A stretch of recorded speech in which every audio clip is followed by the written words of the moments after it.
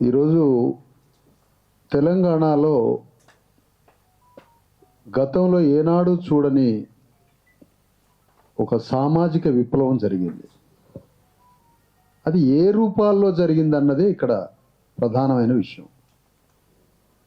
ఒక తమిళనాడు తరహాలో, ఒక బీహార్, ఉత్తరప్రదేశ్ తరహాలో అంత కాకపోయినా సామాజిక విప్లవానికి పునాది రాయి పడింది మొన్న స్థానిక సంస్థల ఎన్నికలతో. దానికి ఏమి కారణమై ఉంటుంది? ఏమిటి అసలు పరిణామం? ఏం జరిగింది? అది సంపూర్ణ బీసీ వాదమా, అసంపూర్ణమా అనేది కాస్త అట్లా ఉంచితే, ఒక సామాజిక విప్లవము, ఒక సామాజిక చలనము, ఒక సామాజిక పరిణామం జరిగింది. 50% పైన బీసీలు స్థానిక సంస్థల సర్పంచులలో పోటీ చేసి 50% బీసీలు పోటీ చేసి గెలవడం జరిగింది. ఎస్సీ ఎస్టీలు కూడా ఎన్నో చోట్ల జనరల్ స్థానాలలో పోటీ చేసి గెలవడం జరిగింది. అంటే ఇది ఒక 50% పైన, అదొక 20% రిజర్వేషన్, ఎస్సీ ఎస్టీ రిజర్వేషన్ 20%, బీసీలు గెలిచింది 50%, 70%, ఒక 5% జనరల్ స్థానాల్లో ఎస్సీ ఎస్టీలు పోటీ చేయడం జరిగింది. అంటే 75% పైన బీసీ ఎస్సీ ఎస్టీలు పోటీ చేసి గెలవడం జరిగింది తెలంగాణ గడ్డ మీద. తమిళనాడులో 90% గెలిచారు. అంటే ఒక 15% మాత్రమే తమిళనాడుతో పోటీ పడే ఒక తేడా ఉంది. ఎందుకు ఇట్లా జరిగింది తెలంగాణలో? ఏనాడు లేనిది. గతంలో కూడా కొన్ని జనరల్ స్థానాల్లో బీసీలు పోటీ చేసి గెలిచిండ్రు. కానీ ఈసారి 50% ఎందుకు దాటింది అంటే, సాంప్రదాయ బీసీ సంఘాలని దాటి, సాంప్రదాయ బీసీ సంఘాలంటే ఏంటి? పాలక వర్గాలని చల్లగా చూడటం అన్నమాట. చల్లగా ఉండండి మీరు, హాయిగా మీరంతా చల్లగా ఉండండి బాబు, స్వామి నిద్రపో నీమది చల్లగా అని ఒక పాట ఉన్నది. అట్లా పాలక వర్గాలని చల్లగా చూసే బీసీ సంఘాల వల్ల ఏ విప్లవం రాలేదు తెలంగాణలో. కానీ పాలక వర్గాల మీద పాలాభిషేకం కాదు, పూలాభిషేకం కాదు, వారిని చల్లగా చూడటం కాదు, పాలక వర్గాల మీద అగ్నివర్షం కురిపించే శాస్త్రీయ బీసీ సంఘాలుగా మేము బయలుదేరబట్టే తెలంగాణలో ఈ సామాజిక విప్లవం వచ్చింది. మేము కురిపించింది పాలవర్షం కాదు, అగ్నివర్షం. మేము బీసీలకి అగ్రవర్ణాలకి ఉన్న సంబంధాన్ని గొడ్డలితో నరికాము. ఆలోచన రావాలి మనకి కూడా. ఏం ఆలోచన రావాలి? ఆత్మగౌరవం అంటే కామన్ భాషలో మాట్లాడితే అన్న ఫోన్ కొద్దిసేపు ఏమనుకోదు. ఆత్మగౌరవం అంటే సామాన్యులకు అర్థం కాదు. ఆత్మగౌరవం అంటే ఏంటో తెలుసా? సింపుల్గా తూకిత్తే అంటే తూకిత్తే, అదే ఆత్మగౌరవం. నువ్వెంత అంటే నేనంత. ఆత్మగౌరవం అంటే అర్థం అదే. రేవంత్ రెడ్డి మెస్సీతో ఫుట్బాల్ ఆడిండు, బీసీలు రేవంత్ రెడ్డితో ఫుట్బాల్ ఆడారు, పొలిటికల్ ఫుట్బాల్ ఆడారు. ఇది మిశ్రమ స్పందన కావచ్చు, ఇది సంపూర్ణ బీసీ స్వతంత్ర ఉద్యమంగా ఇంకా రూపు దాల్చకపోవచ్చు. కానీ మిశ్రమమైన కొంత అగ్రవర్ణ పార్టీలలో ఉండే ఆ సిస్టంలోనైనా మేమెందుకు పోటీ చేయకూడదయా అని రెడ్ల మీద, వెలమల మీద, కమ్మల మీద సవాల్ ఇసిరి, ఖమ్మం జిల్లాలో కూడా కమ్మల మీద సవాల్ ఇసిరి, కరీంనగర్, వరంగల్, మహబూబ్నగర్ ప్రాంతాల్లో వెలమల మీద కూడా సవాల్ ఇసిరి, రెడ్ల మీద మిగతా జిల్లాల్లో సవాల్ ఇసిరి, ఉన్న సిస్టంలోనేనా, ఉన్న కాంగ్రెస్, బీఆర్ఎస్, బీజేపీ సిస్టంలో కూడా అగ్రవర్ణాలతో సవాల్ ఇసిరి మేం పోటీ చేస్తామని బీసీలు రంగంలో దిగి పోటీ చేయడం విప్లవం కాదా? ఇది సాంప్రదాయ బీసీ సంఘాలతో రాలే, ఏ కమ్యూనిస్టు పార్టీలతో రాలే.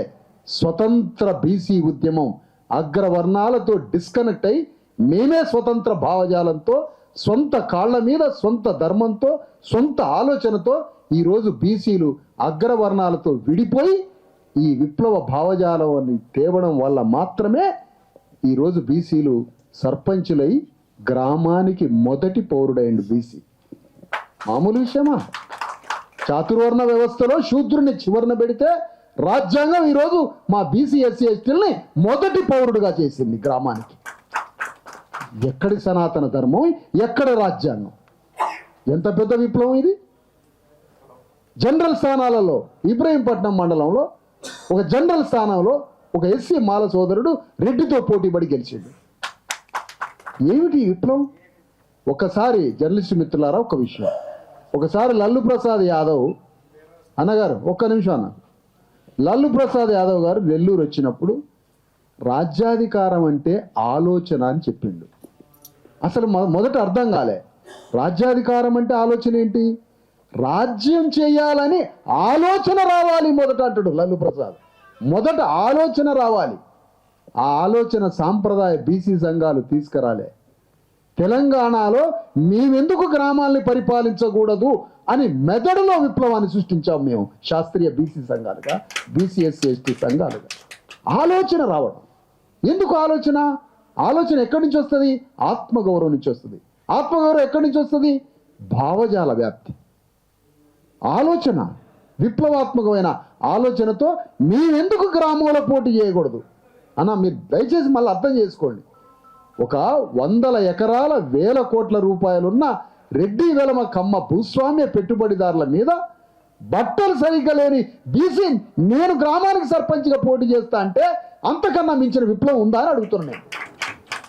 ఏం మామూలు మాట ఇది? ఇవాళ రియల్ ఎస్టేట్లో తెలంగాణలో ఆసియా ఖండంలోనే రియల్ ఎస్టేట్లో 1000 కోట్లు సంపాదించే హైదరాబాదు, దాని చుట్టుపక్కల తెలంగాణలో రెడ్డి, రావు, వెలమ, కమ్మలు 1000 కోట్లు 100 ఎకరాల భూములున్న వారి మీద వాళ్ళు 100 కోట్లు తీసుకొని గ్రామాలకు వచ్చింది. అసెంబ్లీ ఎన్నికల్లో 3000 4000 ఓటు, సర్పంచ్ ఎన్నికల్లో 12,000 రూపాయలు పంచారు ఈ రెడ్డి వెలమ దొరలు. ఒక ఓటుకి 12,000 పంచారు. మా బీసీ సోదరులు మంచి మనసును పంచి గెలిచారు. పైసలు పంచలే, మాకు చేత కాదు పైసలు, మాకు రాజ్యాంగమే పైసలు, రాజ్యాంగం ఆయుధం, రాజ్యాంగం విప్లవం, మాకేం లేదు. ఆ విధంగా తెలంగాణ గడ్డ మీద నువ్వు 17% మమ్మల్ని బందెకానలో పెడితే నీ బందెకాన్ని బద్దలు చేసుకొని 52% సర్పంచులు గెలిచిండ్రు మా బీసీలు. నువ్వు బందెకాన వేసిన చుట్టూ కంప, నువ్వు 10 ఏళ్ళనే ఉండని తెలంగాణ తెలంగాణ తెలంగాణ అని మొత్తుకున్నావు. ఆంధ్రాలో ఉన్నప్పుడు 36% రిజర్వేషన్లు ఉంటే తెలంగాణ అయ్యాక 17%కి పరిమితమైన. ఇది మన తెలంగాణ విప్లవం. ఇది విప్లవాల కిల్లా తెలంగాణ. ఆ విధంగా తెలంగాణలో వితిన్ ద సిస్టంలోనైనా బీసీలు గెలిచిండు. మొత్తం 52%లో కొంతమంది వితిన్ ద అప్పర్ కాస్ట్ సిస్టంలోనైనా నువ్వెందుకు పోటీ చేస్తాను, నేనెందుకు చేయను అని పోటీ చేసి గెలిచిండు బీసీలు. అయితే ఇప్పుడు ప్రధానంగా ఏమిటి? రేవంత్ రెడ్డి ఎందుకు ఎంపీటీసీ జెడ్పీటీసీలలో ఎన్నికల్లో ఎనికిపోతుండో తెలుసా? బీఆర్ఎస్ ఎగిసిపడుతుందని కాదు ఎనికిపోయేది, అది ఒక కారణం. బీఆర్ఎస్ ఒకవేళ కారు సింబల్ మీద మొత్తం అదే ఆక్యుపై చేసి గెలుస్తుందా అని దానికి భయపడట్లేదు రేవంత్ రెడ్డి, అది ఒక భాగమే. బీసీ విప్లవం వచ్చి కాంగ్రెస్కి గోరిగట్టి దాన్ని భయపడి ఆగిపోతున్నాడు ఆ ఎన్నికల విషయం. ఇన్ని ఆలోచిస్తున్నాడు. అందుకని ఇప్పుడు మొత్తానికి బీసీ విప్లవం వచ్చింది. ఎస్సీ ఎస్టీ విప్లవం బడబాగ్నిలాగా అండర్ కరెంట్లో దాక్కొని రెడీగా ఉంది. బీసీ విప్లవం ఆలోచన వచ్చింది. మళ్ళీ చెప్తున్నాయా, ఇది నీమది చల్లగా లాగా రేవంత్ రెడ్డి చల్లగా ఉండాలి, పాలతో పాలు పోస్తూ ఉంటే ఆయన చల్లగా ఉండాలి అని పాలాభిషేకం చేసిన ద్వారా జరగలే ఈ విప్లవం. అగ్ని కురిపించిన దానితోటే ఈ విప్లవం వచ్చింది. మేము డిస్కనెక్ట్ అయినాం పాలక వర్గాలతో. ఎన్ని 100 మీటింగుల్లో పాల్గొని ఎన్ని 100 విషయాలు, 1000 మీటింగులు, లక్షల మందికి భావజాలం కురిపిస్తే ఇది ఆయన స్క్రీన్ పెట్టుకొని నిలబడ్డ ఉద్యమం అనుకుంటారా? స్క్రీన్ హీరోలు అనుకుంటారా?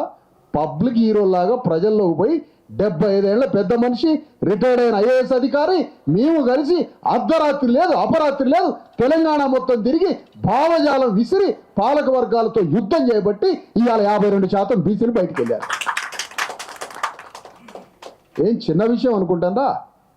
ఇది చిన్న విషయం కాదు. ఎవరితో మేము పోటీ పడింది? ఎవరితో యుద్ధం చేసింది? 1000 కోట్ల రూపాయలున్న రెడ్డి వెలమ కమ్మ దొరల మీద, 100 ఎకరాలున్న భూస్వాముల మీద, గ్రామాల మీద శతాబ్దాల తరబడి వాళ్ళ గ్రామాల నియంత్రణలో ఉన్న గ్రామాల బద్దలను కొట్టి చిట్ట చివరిగా ఉన్న శూద్రుడిని తీసుకొచ్చి మొదటి పౌరుడిగా మార్చిన ఉద్యమం. ఇది చిన్న విషయం కాదు నాన్న, చాలా పెద్ద విషయం. అయితే ఇప్పుడు మా మీద చాలా పెద్ద బాధ్యత ఉంది. ఈ రగిలించిన ఆలోచన, ఈ బీసీలలో, ఎస్సీలలో, ఎస్టీలలో ఈ రగిలించిన ఆలోచనకి ఒక సంపూర్ణ రూపం రావాలి. ఆ సంపూర్ణ రూపానికి మాకు చక్కగా 3 ఏళ్ల సమయం ఉంది. పాలు పోసి చల్లగా ఉండే పని పాపం వాళ్ళని చేయనియండి. వారు రాహుల్ గాంధీ మీదికి రారు, కొట్లాటకి వారు ఎవరి మీదికి రారు. కానీ మాకు 3 సంవత్సరాల టైం ఉంది. ఈ 3 ఏళ్లలో తెలంగాణ గడ్డ మీద 3 కోట్ల మంది బీసీ ఎస్సీ ఎస్టీలలో భావ విప్లవాన్ని తీసుకొచ్చి అది తెలంగాణ గడ్డ మీద రాజ్యాధికారాన్ని సంపాదించడానికి 3 ఏళ్ళు మేము కష్టపడి పనిచేస్తాం. బీసీ ఎస్సీ ఎస్టీలు అందరం ఒక్కటై పనిచేస్తాం. దానికి చిరంజీవులు గారి organisation BC intellectual forum, IAS అధికారి, జస్టిస్ ఈశ్వరయ్య గారిది ఆల్ ఇండియా బ్యాక్వర్డ్ క్లాస్ విశారదనగా మాకున్న organisation BC SC ST JAC. ఎవరి పరిధిలో వాళ్ళం 42% కోసం పోరాడుతూనే ఉంటాం. కానీ ముగ్గురం కలిసి ఉమ్మడిగా కూడా 42 సాధన అంతకన్నా మించిన అనేక బీసీ విషయాల్లో కూడా ఉమ్మడిగా బీసీ ఒక ఫోరాన్ని పెట్టాం. ముగ్గురం కలిసి దాంట్లో పార్టిసిపేట్ చేస్తూ ఎవరి బ్యానర్లో వాళ్ళు కూడా అనేక పరిధులు ఉంటాయి ఒక్కొక్క ఉద్యమానికి. ఎవరి పరిధిలో వాళ్ళం పోరాడుతూ అంతిమంగా తెలంగాణలో ఈ 3 ఏళ్లలో తెలంగాణలో రాజ్యాన్ని స్థాపించడానికి కావలసిన ఆత్మవిశ్వాసం వచ్చింది మాకు. ఈరోజు నమ్మకం చిక్కింది. అమ్మా, ఇది మామూలుగా లేదయా. ఒక యువకుడు తెగబడి గ్రామంలో నేను పోటీ చేస్తా సార్, ఎన్నికల్లో నేను పోటీ చేయడానికి వస్తున్నా అని బయలుదేరింది. ఈ విశ్వాసం మాకు కలిగింది, ఈ ఆత్మవిశ్వాసం మాకు వచ్చింది. ఈ నమ్మకంతో, ఈ ఆత్మవిశ్వాసంతో మా పోరాటాన్ని సంపూర్ణం చేసి రాజ్యాధికారం సాధించడానికి తొలిమెట్టుగా ఈరోజు వచ్చింది. ఒక చివరిగా మా బీసీఎస్సీ ఎస్టీ జేఏసీ బలపరిచినటువంటి, మేము స్వతంత్రంగా కూడా కొన్ని చోట్ల ధర్మ Samaj party BC SC ST JAC అంతా కలిసి కూడా కొంత అనేక చోట్ల ఎన్నికల్లో పోటీ చేశాం. చివరిగా 1500 వార్డులో పోటీ చేస్తే మాకు వచ్చింది 57 వార్డులు వచ్చినాయి. 100 చోట్ల సర్పంచులలో పోటీ చేస్తే 150 చోట్ల పోటీ చేస్తే 37 స్థానాలలో ఉప సర్పంచులు వచ్చినాయి తప్ప మాకు సర్పంచులలో 3 సర్పంచులు మాత్రమే వచ్చినాయి. కానీ ఇంత టైట్లో కూడా 21,000 ఓట్లు మాత్రం సంపాదించామని ఈ సందర్భంగా మీకు తెలియజేస్తా ఉన్నాను. ఇక రాబోయే ఎన్నికల్లో 3 ఏళ్లలో జరగబోయే రాబోయే ఎన్నికల్లో, అసెంబ్లీ ఎన్నికల్లో వీళ్ళ అంతు చూస్తాం. ఈ ఆత్మవిశ్వాసంతో 3 కోట్లలో బీసీ ఎస్సీ ఎస్టీ 3 కోట్ల మందిలో బీసీ భావజాలాన్ని, ఎస్సీ ఎస్టీ భావజాలాన్ని, అగ్రకులాల్లో ఉన్న పేద వర్గాల్ని అందరినీ కలుపుకుపోయి ఒక చక్కటి భారత రాజ్యాంగ ఆలోచన ప్రకారం రాజ్యాన్ని తీసుకొస్తామని తెలియజేస్తూ, జస్టిస్ ఈశ్వరయ్య గారు నేషనల్ బీసీ కమిషన్ చైర్మన్, మాజీ జస్టిస్ గారు నేషనల్ బీసీ ఎస్సీ ఎస్టీ బీసీకి సంబంధించినటువంటి నేషనల్ ఫోరంకి సంబంధించిన నాయకులు, all India backward class justice Eswaraiah గారు మాట్లాడతారు.